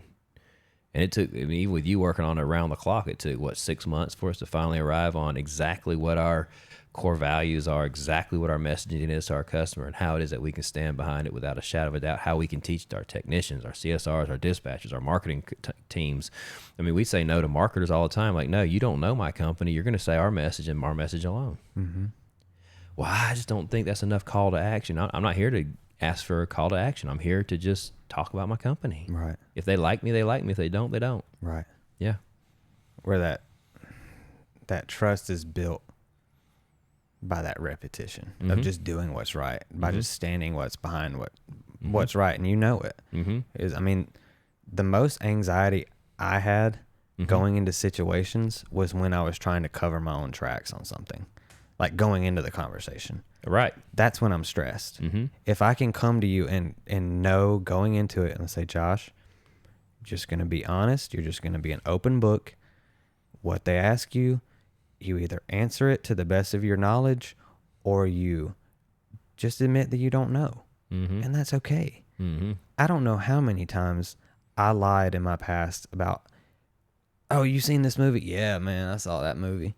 You know, or somebody's explaining directions just something that to didn't you. make any sense. Like, why did I just say yeah to that? People explaining how to get somewhere. They're like, all right, you're going to take 81 and you're going to go get on 86, and you know that Spinks right there, you're going to take a left, and I would just yeah, because you don't want to look like an idiot. Right. You don't want to look a certain type of way. But I've learned those are the situations that do myself the most disservice. When I can just come in here with you and say, I don't know what we're going to talk about. Yeah. You could ask me a crazy technical question about something. Yeah. I'm not even going to pretend like I know. I'm just going to say, Justin, I don't know. What do you know about it? Like, teach me. Yeah. Like, if you deal with anxiety and stuff in your life, like, audit that first. Audit your honesty. Yeah. Am I going into that conversation saying, if I don't know, it's okay? Right. And if I do know, I'm not going to embellish it. Or however, that, I know that's a little bit of a side random note, but there are a lot of people out there who do deal with that social anxiety. Audit that first. Yeah. And I'm working on that too. It's like, just, I had to put myself in check. You know, I had to go the other week, have a conversation, and I was like, Josh, just go, just be open, just be honest. And it's okay how it goes. It's the best policy. And then you can breathe and you can have a conversation and be like, all right. Yep. And most people respond to that. There's always ones that don't respond to that. And generally, like I say, you know, we vet our customers as well. Yeah. So I mean, you don't want to work for somebody that doesn't respect transparency and honesty. You know, if you have a customer that wants to take advantage of you, or if you are a business owner that wants to take advantage of people, then you know you're gonna have a lot of issues. Yeah. So you know. So if you're go ahead. Yeah, no, just kind of recapping some of this stuff. You know, just want to talk about discipline and how to, you know, how it affects your life, how it changes the culture of your company. You know, getting into really, like, you can have discipline a day or two, you can have it a week, you can have it a month, but really, if I have one message in this, it's like, just keep doing the small things over and over and over. I really want to get into, like, driving the point home in this podcast of being a consistent operator. If you don't do everything well, do that one thing well, and then just keep doing that until it becomes a habit.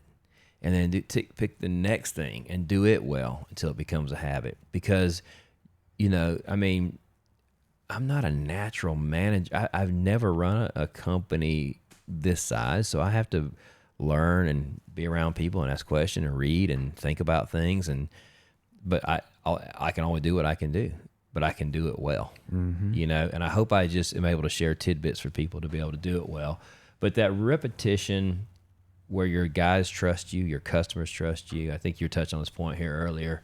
That's what creates a strong company. That's what creates a strong culture.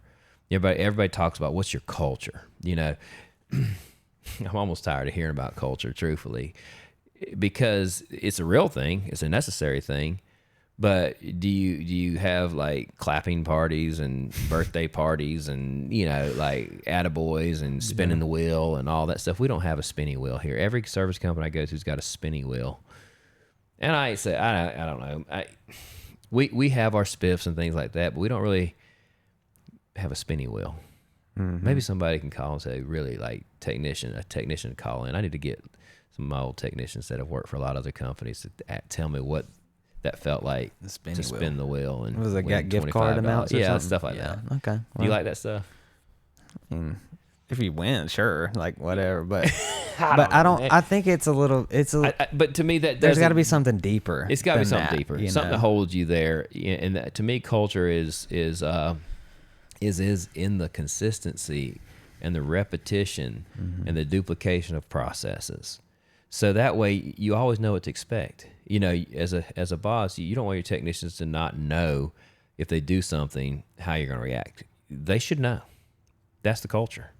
They should know if I blatantly disregard the process, this is going to be what happens. It's not going to be angry. Ain't going to be no arguing, fussing, and fighting. It's just going to be, this is what we need in our company. If you can't do it, then you need to find another company to work for. Yeah. And by the same token, if they do something really well, they need to kind of know they're going to be acknowledged, appreciated. They need to know that you saw that. And I think if you're not looking at the technician's job, you're doing yourself a gross disservice in getting respect from your technicians. Yeah. Because they are. I had to go out and work on a gas line, a really long gas line, and crawling. I mean, under a house, a tight crawl space. And I got to work in the field, and I had to work by myself. We were just booked, and I just took this job off of a technician who was struggling with gas and had a lot of parts on it, a lot of different types of gas lines involved. And I was sitting under there, and man, I was hurting. I mean, it was hard. My body was tired. I was exhausted. I was out of shape for that kind of work. And I'm like, what am I doing? And then it dawned on me under that house. This was actually yesterday, was it? Yesterday I was out work. Yeah, I think it was yesterday. Yeah. I was sitting under there, and I said, I need to make sure, while my technicians are younger than me by half, most of them, still, it's hard work. I need to make sure that I acknowledge the good stuff too, because, boy, if they weren't there doing it, somebody's got to do it, and I don't want to be the one doing it every day. So make sure that you're acknowledging, your technicians. That repetition builds trust. I know for a fact that, I'm getting technicians call me all the time and saying, when you look at my job and you see this is why. They already know I'm going to look, But what also has happened, this is kind of funny, is they'll call me and say, hey, on my job tomorrow, do you think I should bring this, and this? That tells you they already know that I've looked at their job tomorrow. Which means they know they've got somebody in leadership that can help them. Yeah. And that was always my best teachers. Yeah. Weren't the ones who, definitely not the ones who gave you no feedback. Yeah. Also weren't the ones who only gave you good feedback, but really looked at your essay and was like, okay, number one, I know you can write better. I've seen better from you. What happened here? I mean, that's a wake up call too. It's like you kind of just hope everyone that goes in, you're like, oh, yeah, right. Let's just make a good grade here. Yeah. But the ones who were able to recognize both, I think that's such a crucial component of a great teacher and a great leader, is to say, this part of your essay was wonderful. I love your supporting evidence here. Your sentence structure was excellent. No grammatical or spelling mistakes. Wonderful. But what is this intro sentence? Or like that, this is incorrect. This isn't up to your ability. Like I've seen your hook sentence be 10 times better than this. Like, well, that kind of feedback to me is a sign of a great guide and teacher and leader. Like there's and you value it, even if you don't value it right there. If you're mad at them and say, I should have got 100 on this. Why'd you give me a 90? Or why'd you give me an 85? Eventually you'll appreciate it later. Oh, for sure. Do you know that, in American society, teachers are not that highly paid? No, I know. That's what I wanted to go be. Yeah. Until it's like, Which is I can't do crazy it. when you think, okay, we've got someone who's willing to invest in the future of the country, of the world, but we want them to do it for cheap. We don't appreciate them. In ancient Greece, the Greeks revered their teachers higher than anything else. Mm-hmm. Why we don't put monetary value on that, I don't know. Yeah. But we have to have a different mindset if you're a business owner. Yeah. That your ability to teach and mentor is the life of your company. Yeah. Because cheap teachers make cheap teaching. Mm-hmm. Like, and that is just they're as low, simple as it and they gets. produce a low budget product. exactly. So if you're hiring cheap teachers, what kind of teaching are you expecting We for had them that. to We give? had that discussion. You know, how many of my technicians can do leak detection? You know, right now, maybe 2. Well, we got to change that. How do we change that? Leak detection is not easy to teach, and to be good at it, it's really not easy. You got to teach. I just turn around everywhere I go. It's just teach. And those people were Yeah. the muses, the scholars. You Yeah. know, like you would want to go to them to ask them your question because they were in that elevated position. We still read a lot of their works today. Right. And there was a value there. Like it's totally that value system. Like what something is worth is what you determine it's worth. You know. Right. So if we put a low paycheck on our teachers or a low salary, that means we don't value teaching. Or yeah, right, exactly. Which is, I mean, you can see that all over our society right now. Like we're not attaching the correct value to knowledge and greater than knowledge wisdom. Like we look at, it's sad. Like we look at old people as just like, get out of the way driving on the road, move aside. And I've got mad at people too for driving slow. And then you see the handicap sticker and you like, get oh, mad. Man. Yeah. But there, I got some embarrassing stories with that, man. Like, not there on that has to exactly. be We'll get a- into that. an esteem there. It's like that's a lived life. That's an experienced person who And the could teach me so information much. they have goes to the grave with them, and a generation is lost. I mean that information is gone. You know, I mean, before my grandma passed, I tried to get as many stories from her as I could about the old ways. You know, because they're the anchors. Those old landmarks are the anchors of our heritage, our culture, our society, our beliefs, our hope. Right. And So- that's a regret I have. You know, because I don't have granddads anymore. Both of them are passed. You know, one of them was a veteran in the Air Force. Like served in Vietnam, or in the Vietnam War. Served in the Vietnam War, and I didn't. You don't have any stories. I mean, I got some, but I mean, I was young, but I didn't ask enough questions. I didn't let him talk to me enough. I didn't ask him for those stories enough. You know what's interesting about older people? They don't talk if you don't want to listen. They figured that out. How many chatterbox old people do you see? You don't generally. Yeah. But it's always amazing when you slow down, because generally they speak slower. You know, they may even think slower. It doesn't change the information they contain. If you'll sit there and be quiet and listen, they will tell you, and they'll tell you some good stuff. Right. I always quote stuff old people say, you know, that I've run across. The one guy that I was talking to, he said, just do something for your business every day. I mean, that was profound. Or it can be funny stuff. Yeah. Like my other one, I've got some other ones there too, but I'm not going to share it. I was Like my papa, he would say the craziest thing. He said, that's crazier than a rooster on a June bug. I mean, what is that? And I was like, what? I mean, that's pretty crazy if I saw a rooster on top of a bug. I had one. But it's just silly. I had one old guy come up to my wife at a baseball game the other day, and he said, "I want to give you my card," and he handed her a card that said "my card."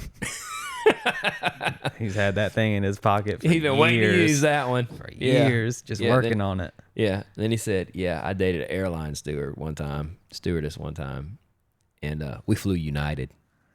And I'm like, What do you do in a moment like that? You say, good job. He's just smiling. Well, he just took off down the road. He's like, boy, well, he just loved it. Anyway, Looking for the next target. Yeah. So how do we balance tradition and innovation at Ace? Tradition and innovation. Yeah, how do we balance traditions and innovation? So a lot of in the trades, man, you're gonna have water heaters. That's a traditional water heater. We even call them that, don't we? Mm-hmm. A traditional water heater. It heats water, holds a tank. Is it the only way to go? Is it the best way to go? We have a commitment. When AI first started coming on the scene, you'll remember I told everyone at that table, I said, we're going to use it, and we're going to use the fullest of my ability because it's the future. And you better believe it. When tankless water heaters came out, we learned tankless technology. We're dedicated to it. When side discharge units came out for heating and cooling, that's the future. Europe's been using them for years. Japan's been using them for years. It's the future. If you're an HVAC company, you got to learn them. You got to do them. So, but at the same time, people don't change fast. Mm-hmm. So we find ourselves in this company having to dedicate a certain amount of time to training and learning the new things and the technology that's changing, but staying very understanding and patient with the majority of our customer base that just wants it the old way. Yeah. And there's a little wisdom in both. They live in the same old house. They've had great success with these old systems. They've always had a low boy water heater into their crawl space, and they don't want to change. Mm-hmm. Honor it. Don't try to change them. Yeah. Listen to your customer. Like never let your abundance in what is new cause you to lose yourself, but never let your neglect of what is new let you become lost. Mm-hmm. I think that is a fine balance in between those things. Oh, you like your excitement. I see what you're saying. So you're saying like your excitement and like, and I got to do all these new things, yeah. And then you've completely lost touch. You've with lost your customer where base. You've lost your technicians. You've lost the office, and then you're stuck with picking up the pieces. Because what happens when you do that, and I've done it, you charge head first into that new technology, and all of a sudden you're getting a call back. You're getting multiple callbacks, middle of the night, and guess who ultimately gets to deal with all that and stress about it? You. Mm-hmm. Because you were so excited about it, and you thought it was the next best thing and the silver bullet. And your technicians are like, boss, I would love to bail you out, but I don't have the training yet. Yeah. I don't know the answer. Like, let's sell all of our trucks because they just released a flying truck. Yeah. Let's sell all of them. And then you learn quickly they're all crashing and exploding, and then you're left with nothing. Yes. It's like, So it is a balance. It is balance. So while we want to be proactive and we want to be cutting edge, at the same time, we're not committed to cutting edge only. It's very much a balance. And I think our messaging is becoming pretty clear that we like development, we like growth, but not at all costs. Is there something that you would give the customers insight on that? So they're going to look at you as the expert, as the guide in this field. Mm-hmm. And they're like, well, he's going to have an insight on what's changing in the industry, what's coming. Like, should I make this move on this now? Should I hold off because this may be around the corner? Like, how do you work with a customer who is out of touch with it, with the way things are changing? For instance, like those S-Series Amanas and things, there are some federal regulations that are coming down the pipe that if you have to get a new system, you might as well buy the more expensive efficient machines that are coming out, some of the side discharge units and things like that, some of that variable speed technology that's out there. It's probably worth going ahead and biting the bullet now because it's going to become mandatory very soon, and the only thing you can get anyway. And then once that happens, what happens to the price. Mm-hmm. So yeah, I mean, and I think our technicians generally guide them good on that, And then it looks, it's all conditional. What size is the home? What in reality is your budget? Because we never want to push somebody outside their ability if they don't need it or absolutely want it. There's no point, We do a good job of getting people financed so that they can, you know, get those big ticket items when they need them and want them. But certainly we don't want them to have to pay, you know, too much for it. Mm-hmm. You know, we want to give them the right product so that way when it's paid off, they're happy with their machine. Yeah. You know, it lasts many years past that bill. Financing in our company really, we encourage people mostly to finance just for breathing room. We don't want them to finance it because it's taking all their money and they're going to buy this with their credit. Like, that's not a win for anybody. But they have to have it anyway, or they really want it and it really adds value to their home.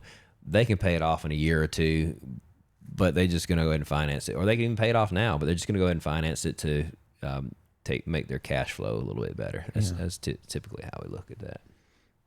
So going outside of just what we were talking more on the individual side of things, let's broaden the scope a little bit. And we can fit this in with ACE and our team and how that works. I know you said you don't like the word, but with our culture or whatever. Yeah. I mean, I don't hate the word. Right. It's overused. I understand that. So how does your circle impact who you can become or who you are, or naturally like how you're going to fall? There's statistics on that, and I wish I'd have known you were going to ask for that, because that's a real interesting thing. It's like you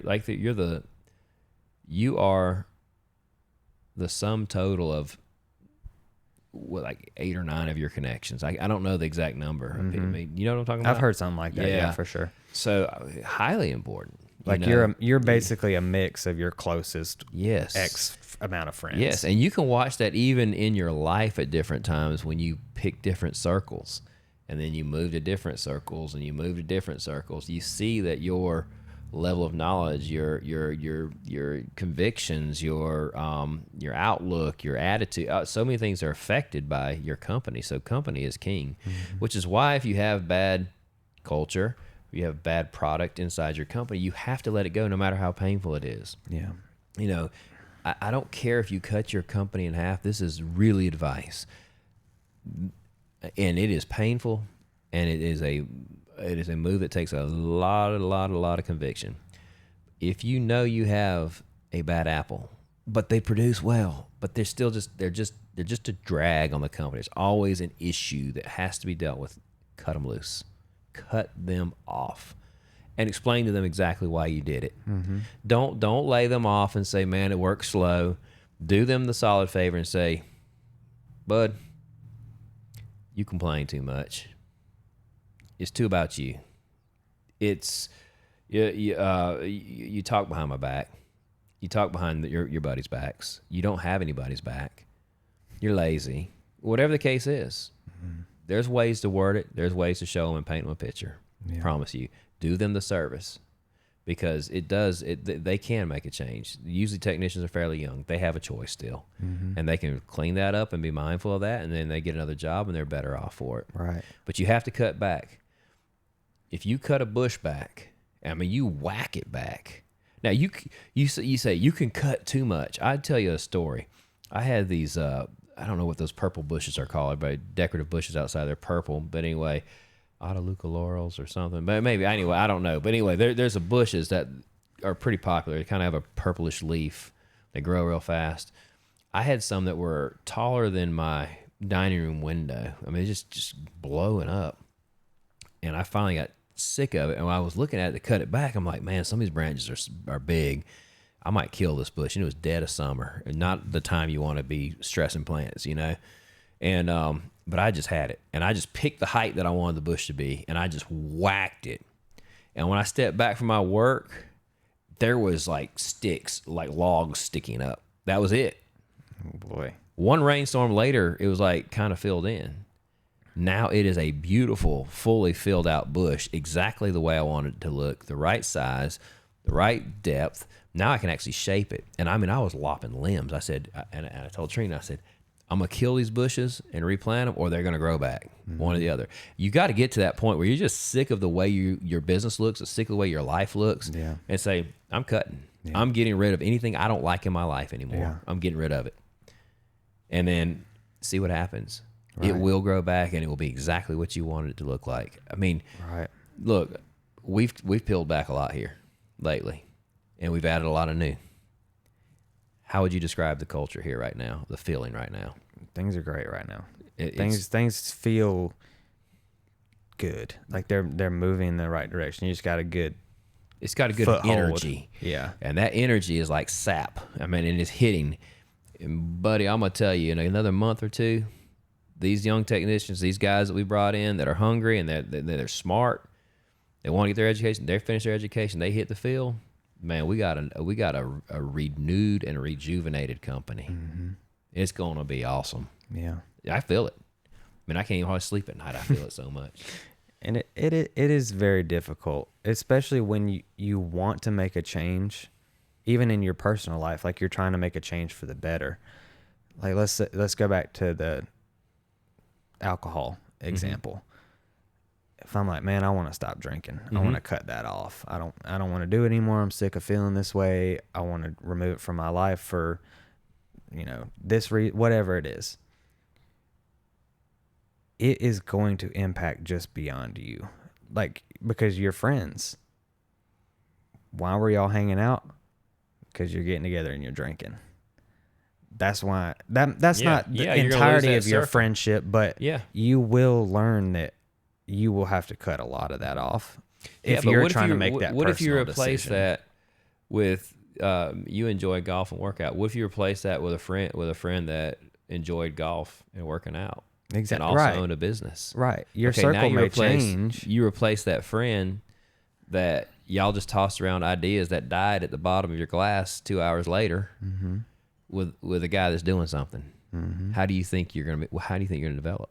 Right. You're moving forward together. It's not like we're just hanging out to drink and having fun. Like, yeah, you're having fun, but that's all it really.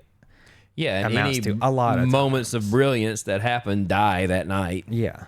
Right. Unless you scribble it on a napkin. Maybe, And then you look back Big at it ol' later and maybe. it's like, what is Yeah. that? What does that say? I don't You know, why did I think that was such a don't brilliant even idea? know. That's kind of dumb. So that goes into a great point. So establishing like, all right, my circle is going to determine my ceiling of who I can be. How do you go about building the right team?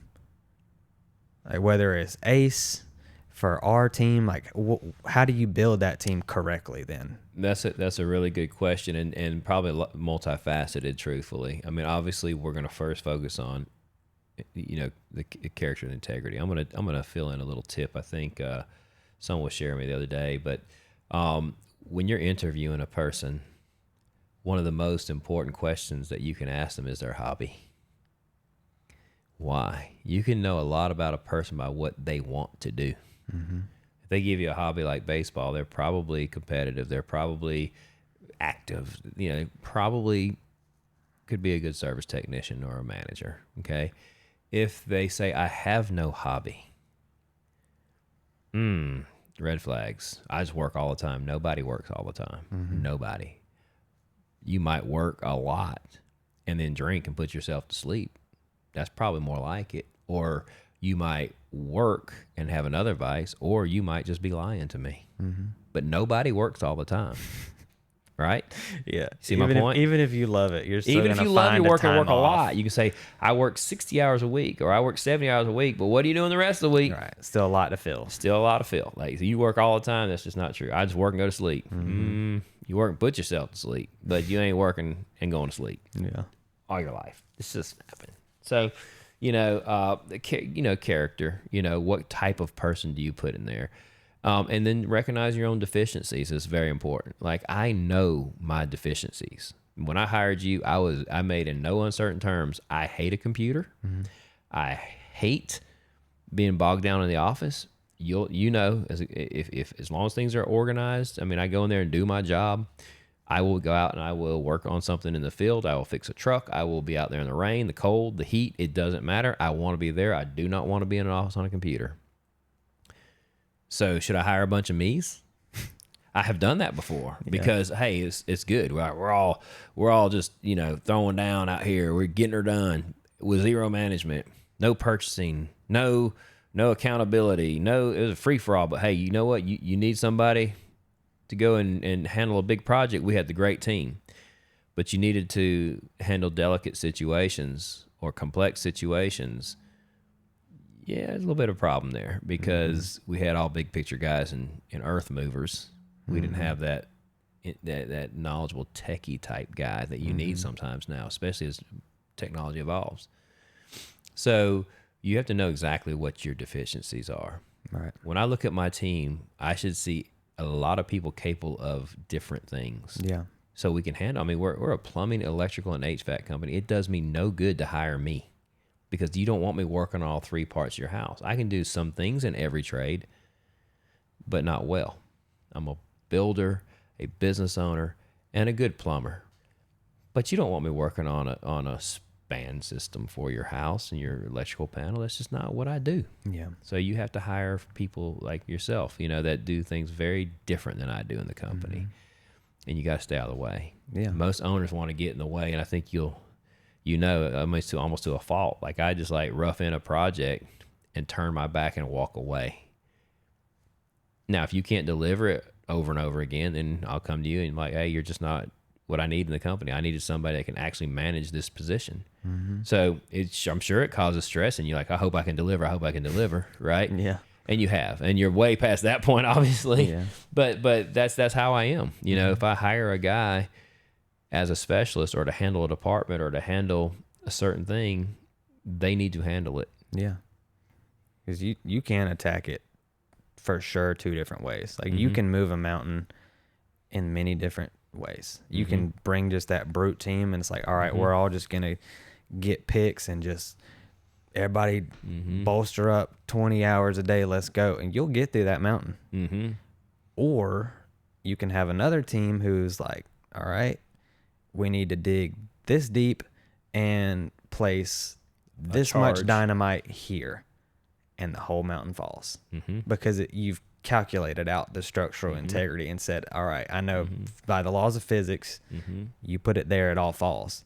You move the mountain both ways, but it's all in just how you want to get it done. When I look at a lot of companies, and when I look inside my own early in the business, I saw the owner was always the main motor in the company, and they are. I mean, they bring a lot of insight and that energy, maybe, but when he's the smartest, the best technician, the best in the office, the best on the phones, the best in his marketing,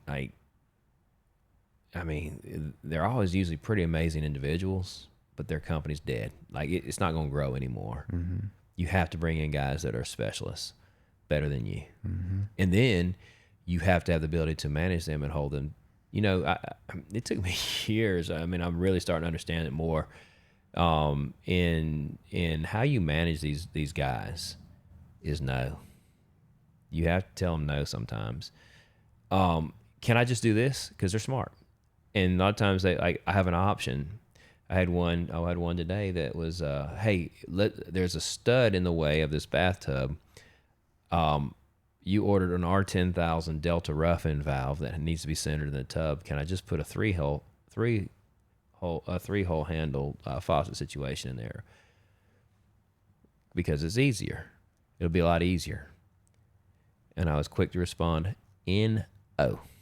You put in a proper valve with a scald limiter. Those don't even pass code anymore. You can do it in remodels and house that are existing things, but new construction, you have to have a scald limiter in them and things like that, and or a balancer. And I just told them no. Right. Cut the studs and do it right. Just asking. Thank you. Yeah. So that's how you manage brilliance. You have a vision, and it's their job to come into your vision, right? So I say, hey, I want, a marketing campaign to look like this. Once we have it, and you say, hey, man, let's run a campaign that talks about how cheap we are. No, that's not that has nothing to do with our mission statement, right? Right. Well, let's run a campaign about how bad other companies are. No, that's not what we do. So I think, finding talent, great talent, I've learned, and I'm learning this every day, finding those specialists and then managing them by bringing them to your expectation and vision.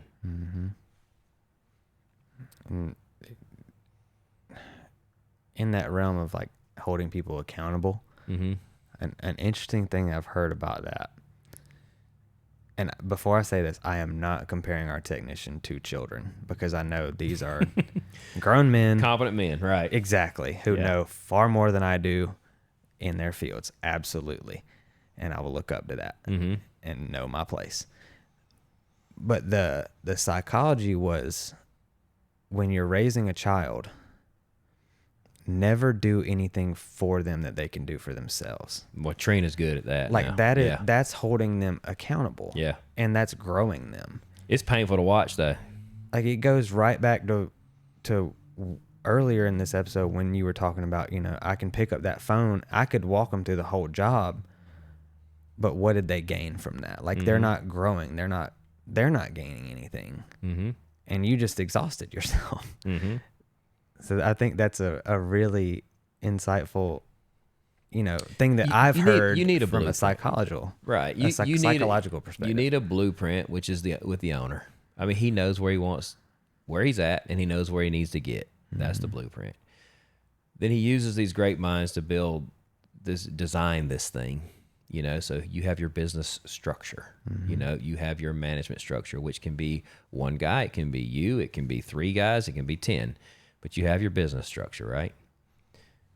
And then you just bring everybody into that structure and you train them the same way, and you're consistent with that messaging. You're consistent with how you handle them, which is not easy. It takes a tremendous amount of control, emotions, and this goes back to the disciplines and the patterns and the structures and the habits that you form as a leader or a person. Because all of our men, mostly I think all of them, have families, or very close to all of them have families. So I mean, we're dealing with a lot of leaders. They lead their homes, they lead their wives and their children. They have an absolute say over where they're going.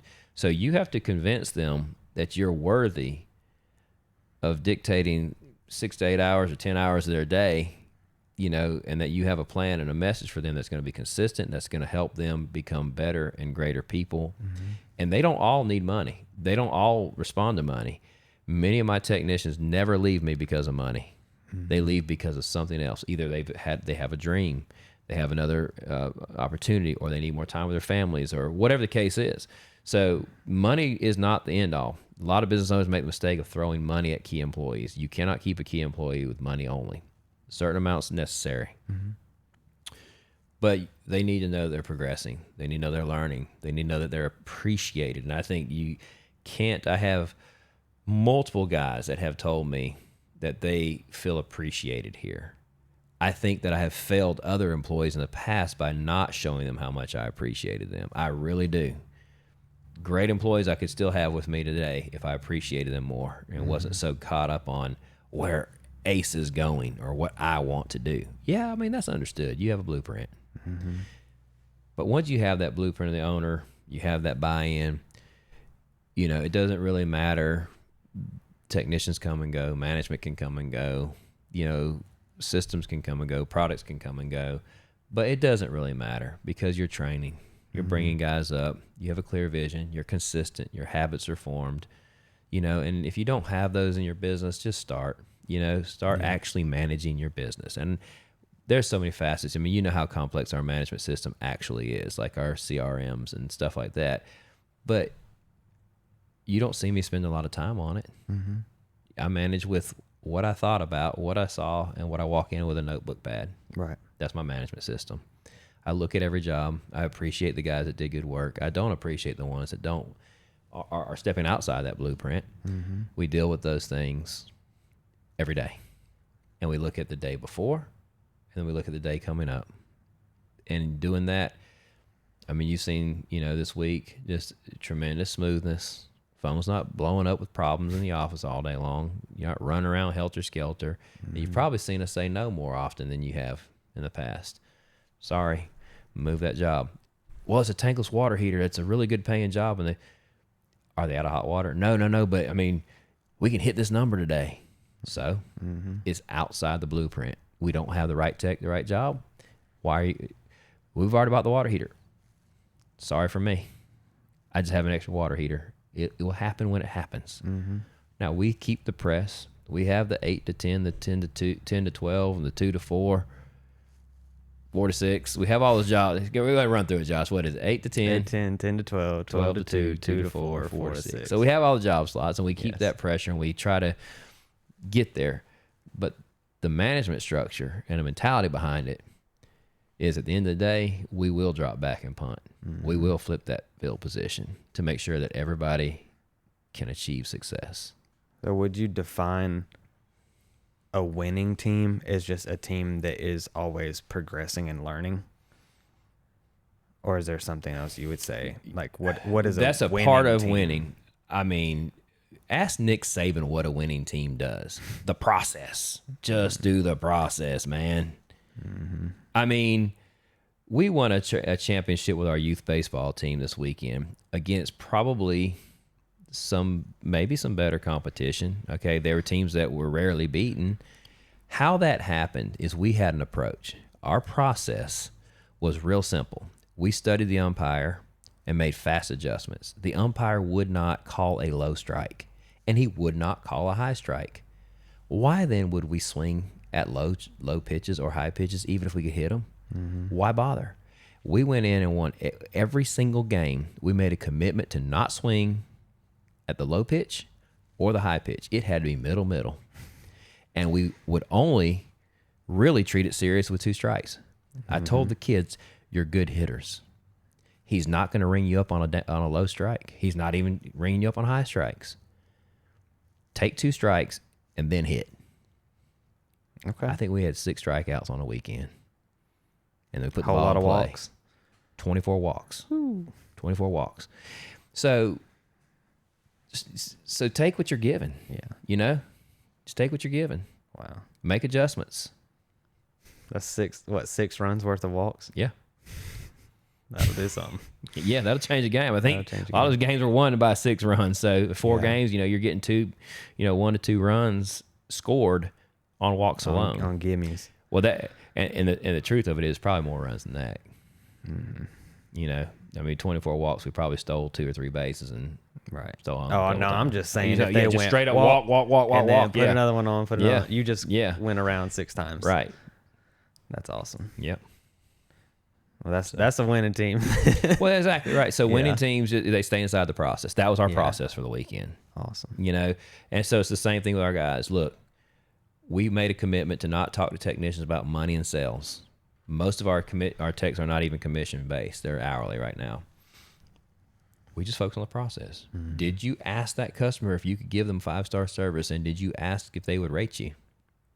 Because if you didn't, you probably didn't do 5-star work. Because it's tough to do 5-star work.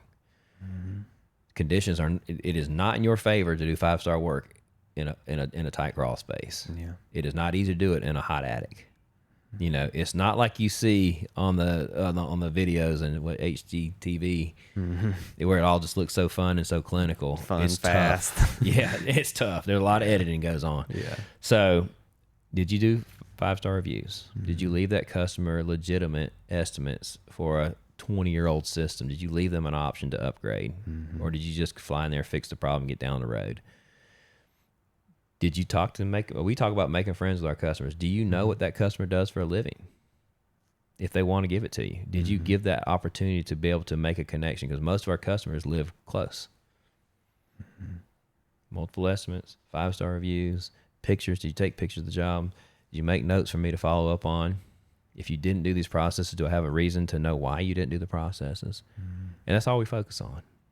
So Nick Saban, when he started talking about that process, and he kind of revolutionized the word. Many coaches have had this process, but he made it kind of famous in our generation, the process. But boy, does it resonate. Yeah. It's just true. You step outside the process, you can still have success. Lots of teams have even beaten Nick Saban, not having a great process, but they can't beat him very often. Right. Alabama is Alabama.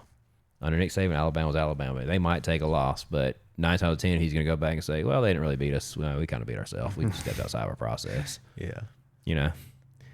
And that's for any company. Your competition does not beat you.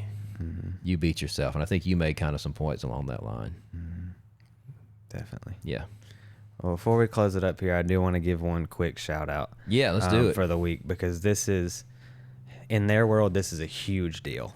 And I would say this is a great example of what a winning team looks like getting recognized. So they have just started including South Carolina in the Michelin star rating for restaurants. And so they delivered a few last week, and a restaurant in the upstate actually got a Michelin star. So Which one was it? Here at Ace, we want to give a shout out to Scoundrel in downtown Greenville for being the first and only restaurant with a Michelin star. Wow. And we've actually done work for them. Yeah, I was gonna say we did some plumbing for them, didn't we? We've done some plumbing for them, so they're even closer to our heart in that. But just being in the community, we want to recognize them and just say, like, congratulations. Like, that is awesome. Do you know what kind of food they have there? I believe it's like a French restaurant. Is it? Yeah. Okay. So me and my wife are gonna try to go. I'm sure they're gonna be like slam Slammed busy, with that hopefully award, now.